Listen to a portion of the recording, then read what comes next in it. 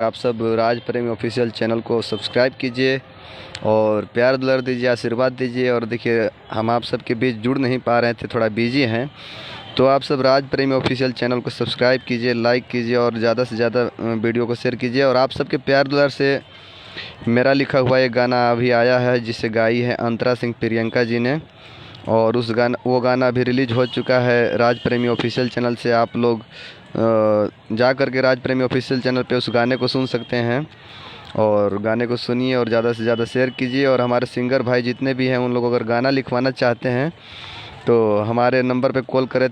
Number है 6397 73 70 37 6397737037। तो आप लोग इस नंबर पे कॉल करके मुझसे बात कर सकते हैं।